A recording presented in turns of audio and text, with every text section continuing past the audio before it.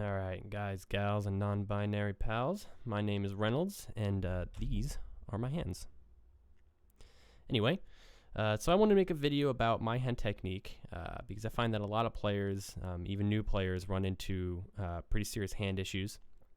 I've heard it over and over again, people talking about developing hand pain, carpal tunnel, fatigue. It seems to be a very common problem, and there's this sort of general impression that I sense that people have that, you know, when it comes to using controller and playing Melee, serious hand problems are just unavoidable, and I just don't agree. I'm not a doctor, but, you know, I have been playing Melee for about 15 years now, and I have never once experienced any kind of hand pain, carpal tunnel, anything like that. I'm also a lifelong drummer. Feel free to check out some of my other recent videos. And for that reason, I've always taken hand health and technique very seriously. With that said, I understand that everyone's different. Everyone's hands are different, and the things that I'm about to talk about may not work perfectly for everyone. But the main thing, the point I want to get across is that you absolutely can play Melee for years, for long periods of time with a controller without experiencing significant hand problems. So I wanted to, you know, throw my hat into the Melee GameCube controller ergonomics ring here, and hopefully help some people, you know, take the time to think about your hand technique, where you're experiencing problems, and what are some of the things you can do to help fix that. So the first thing I want to talk about is just some general principles. I have a couple main goals that I keep in mind that sort of inform my hand technique. The first of that is to avoid unnecessary movement. The second is to maintain a neutral and relaxed hand position as much as possible. And the third is to split the work between different parts of your hand as much as possible.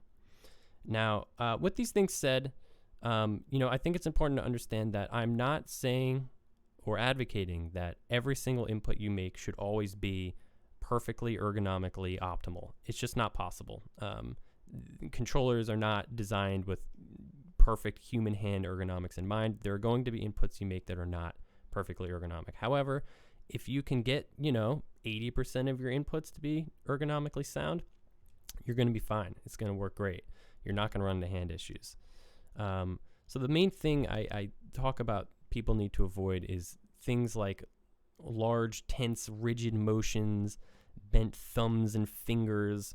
This motion is the devil and you should avoid it.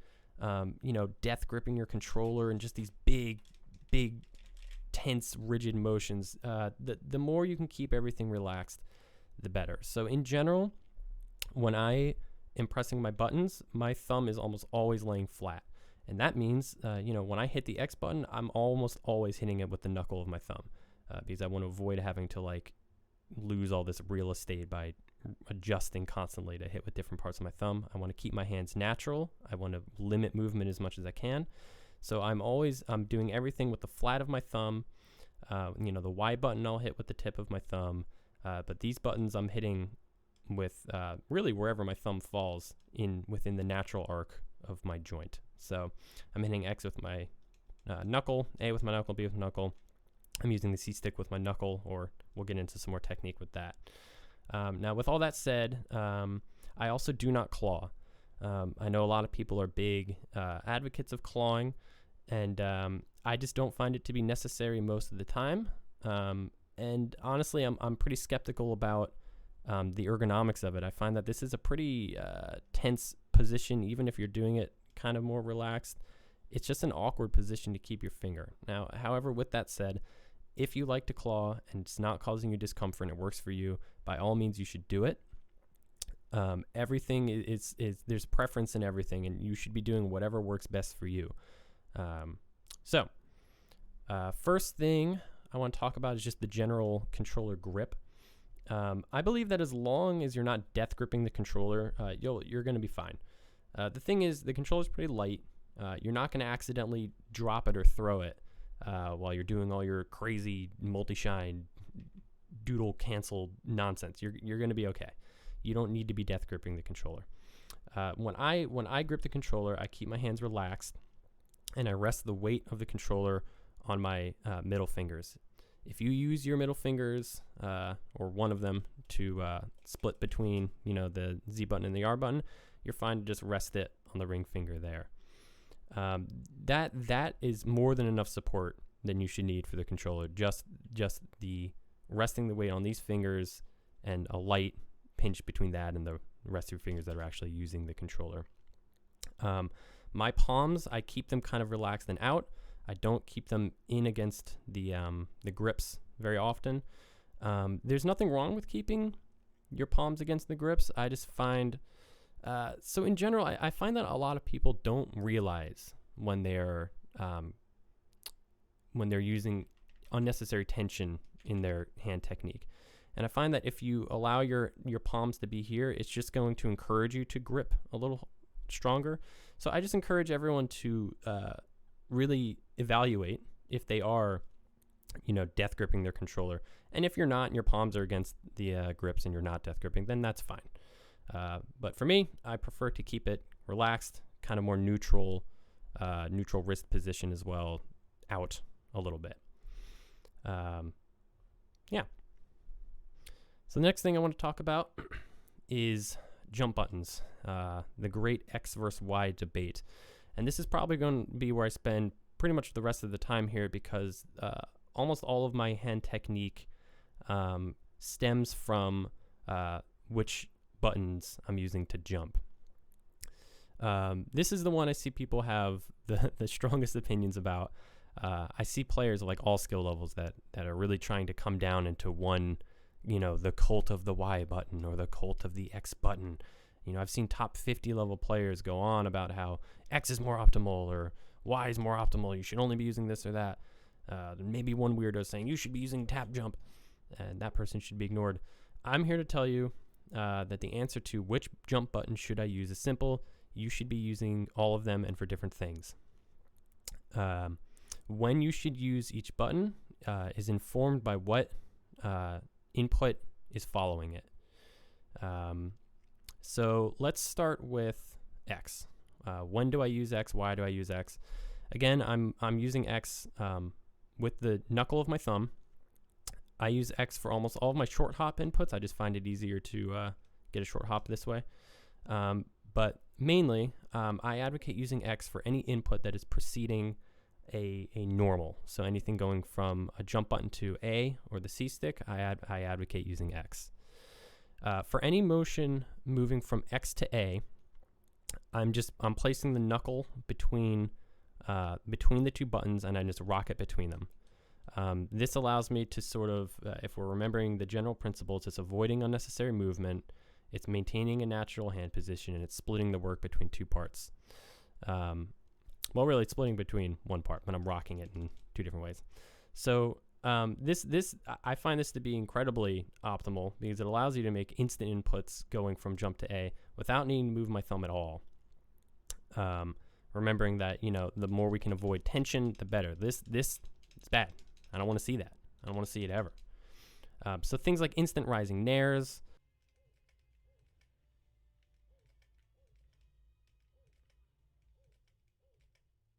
or any aerial where you can drift in the same direction. So like, if I'm doing a back air to the right, like I'll do this motion.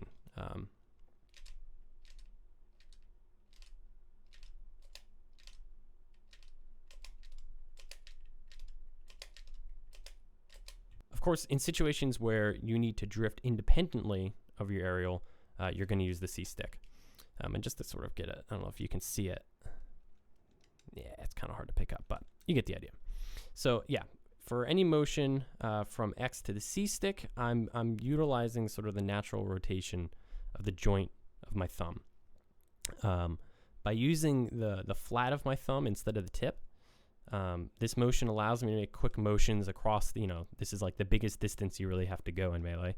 So it allows me to make these big motions while using sort of the larger muscles of the joint of my thumb. You could certainly use Y for this. I personally find that it's harder to avoid bending your thumb from this position. But if it's more comfortable for you, go for it. But the main point I want to get across is you should be relying more on the larger muscles here, just the natural arc of your thumb. That's going to be key to maintaining good hand health with these motions. You just want to avoid this. You want to avoid this motion. You want to avoid these thumb flicks. It's just not good.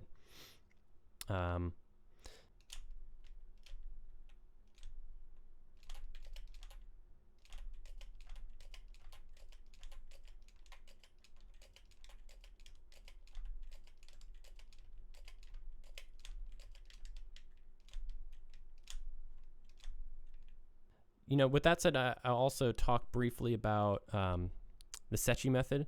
Setchi method, if I understand it correctly, is essentially when it's a method for getting instant rising up airs by using, I think it's preferred to use the Y button with the tip of your thumb, followed by you're going up on the C stick with that bottom joint of your thumb. I think this is great. I think it's definitely a good technique that people should have in their pockets.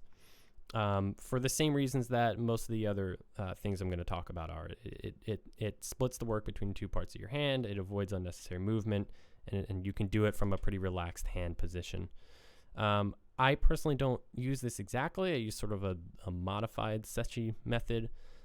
So for me, because I prefer doing my short hops with X, it allows me, because it allows me to sort of keep this neutral hand position as much as possible.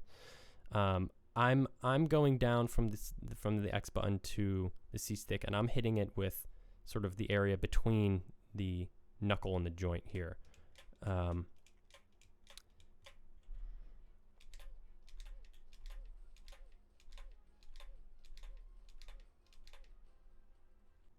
Setchi method may be slightly more optimal ergonomically, but I think either way you do it, you're going to be fine. As long as you're not doing this sort of stuff, you're going to be fine. So that leaves the Y button, which I won't spend too much time on. I use the Y button for any motion going from a jump button to a special. For this, I use the tip of my thumb on the Y button and the knuckle here on B. And this just allows me to just rock back and forth between them. Once again, I can maintain a pretty natural hand position. I can avoid unnecessary movements because I'm splitting the difference between two parts of my thumb. This allows me to make these motions without this unnecessary flexing. It allows me to do things like instant rising, neutral B moves,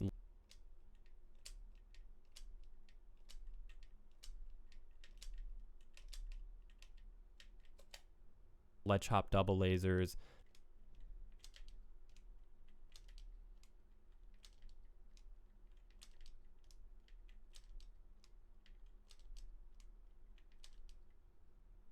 Very quickly. So you'll see me if you ever watch my hands when I play, you'll see me make this sort of motion a lot. And it's just I'm just rotating my thumb slightly out to avoid hitting the A button, and Y with the tip, B with the knuckle. It's very easy. It's very consistent. I've never run into issues of accidentally hitting the A button or anything like that. Now, you may be asking, well, what about tap jump? And what about, left-hand technique? Left-hand technique's the same. I don't think anyone's really using the analog stick like this, but once again, you just want to avoid tense flexing of your thumb, so keep a natural flat thumb on it. I'm using the natural arc of the joint of my thumb to make most of my motions.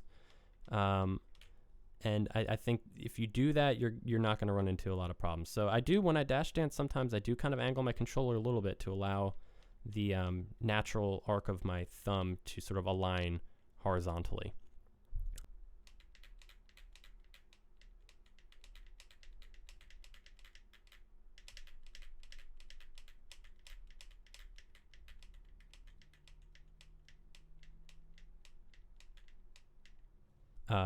Now for tap jump I will utilize occasionally for things like instant rising, up airs out of shield, in situations where like the drift isn't really important. There's also like plenty of character specific techniques, shine back air, shine down air, stuff like that, where tap jump will allow you to kind of avoid unnecessary motions. If I want to do a shine back air, then we're going B, Y, see it's just too much motion. So this allows you to just avoid that altogether. Take less of the load off of your right hand, put a little more on your left hand, but you'll be better off for it.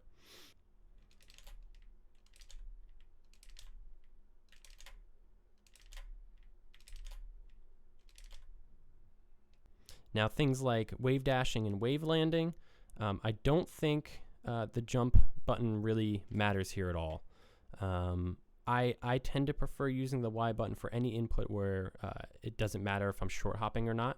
So for me, wavedashing, wavelanding, all of that, I'm using Y. You can use X, it doesn't really matter. Again, as long as you're following my other principles and you're not, pressing with a bent, rigid thumb, you'll be fine. As for the triggers, same principle, none of this. Keep them relaxed and flat as you can, natural position. That's the name of the game, really. So that's about it. I'm certain there are going to be some specific techniques someone's going to bring up, some situations where some of these rules will be broken, where you're going to have to, for instance, if I want to do a back air to the right and drift to the left, I'm going to have to scoop and bend my thumb a little bit. There's going to be situations that arise where you're going to need to do some like unergonomic inputs. That's okay. As I explained before, the goal is just to maximize your ergonomic inputs as much as possible and as much as realistic. I'm confident that as long as you can get, most of your inputs to be ergonomic, you're going to be fine. A couple unergonomic inputs here and there is not going to hurt you. Your hands can take it and you'll be fine. So yeah, if you have any other questions or comments, let me know. I'd be happy to make like a follow-up video if I get enough questions, or if enough people bring up enough situations that I haven't addressed here. I'd be happy to make a follow-up video with some more examples. So yeah, I hope this is helpful, and enjoy the rest of your day.